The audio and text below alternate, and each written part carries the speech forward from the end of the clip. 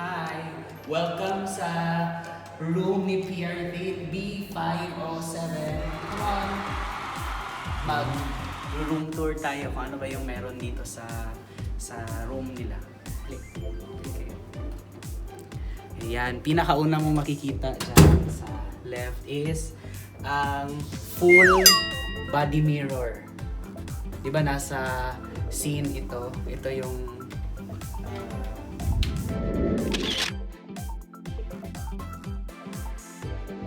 bago sila punta sa labas. Okay, the hallway is Pag i-pan it to the left, makikita mo yung parang wardrobe, parang lalagyan ng mga shirt gamit nila. On your right is of course the CR. Dito naliligo sila PRT bago pupunta sa work. So, when you open, ayun, makikita nyo mirror again. At saka, yung isang highlight dyan is yung bathroom. Tingnan nyo. Bathroom. So, dyan sila naliligo.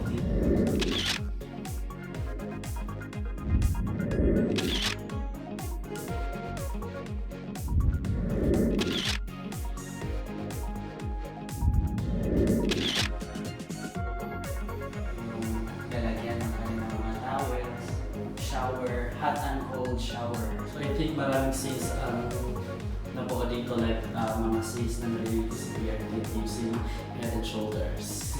Head and Shoulders. So this is Okay. sink. And when you go here, ito na yung room. Maraming scenes na nangyayari dito. But I'll give it to Yow Norhan to explain to you what happened in this area. Hello everyone. So first off, as you can see here, the same furnishing as when the series was shot in here. So first off here we have the refrigerator na talagang pagmamay-ari ni PRT. And then to our surprise, we have here meron silang pa free water. Diba? So if you can see, it is from the bedroom really.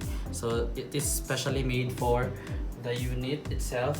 And then meron din silang pa-cup. Meron silang pa-cup. And then meron din siyang label na the bedroom. So let's try to check here. So meron silang refrigerator. Ito talaga yung refrigerator na ginagamit ni PRT. And this one is the study table of PRT. So dito sila nagsa-study. Dito rin siya. I think it is around this corner where Kongpob used to study for his exam. Meron siyang tinake na exam doon na kailangan niya ipasa. And then he was sleeping with here in this room 507 kung saan nakatira si PRT. And then ito yung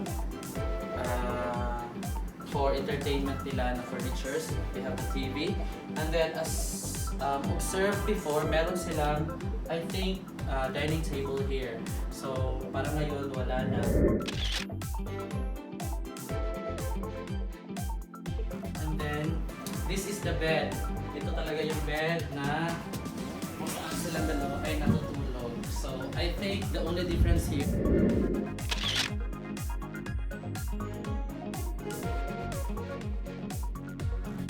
is itong wallpaper. Kasi before, itong wallpaper is wala to during the series, nung time ng series. And then, the headboard, the same pa rin.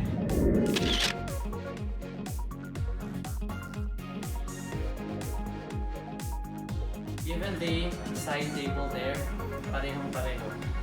The situation where the aircon was set, the same. Now, let's go to the balcony. Dito yon nagaganap yung most of the time. Naglalabas sila, I think.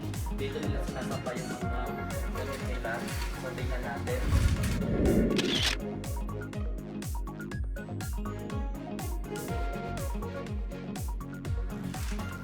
So if you can see the scene here, the scenery, the view is really the same because ito na talaga yung room na ginamit nila. Now, let's try to go to the balcony.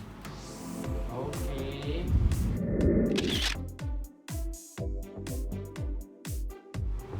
See that? So ito yung view nila. Merong mga scenes na dito. Shinu. Ano pa ba? And I think that's all. Maliit lang, hindi masyado malaki yung room. Pero it's like really a condominium type.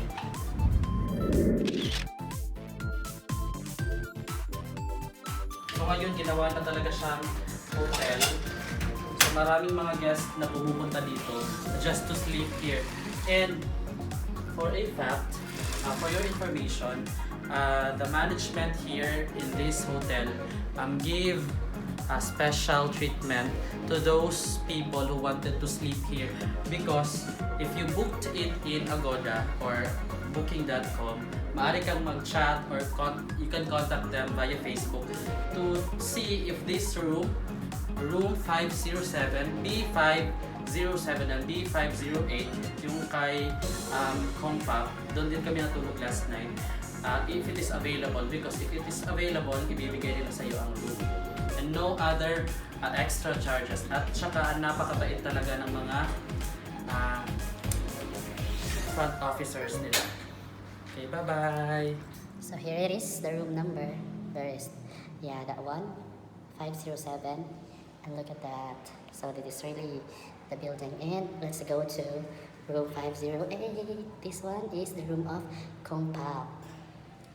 See?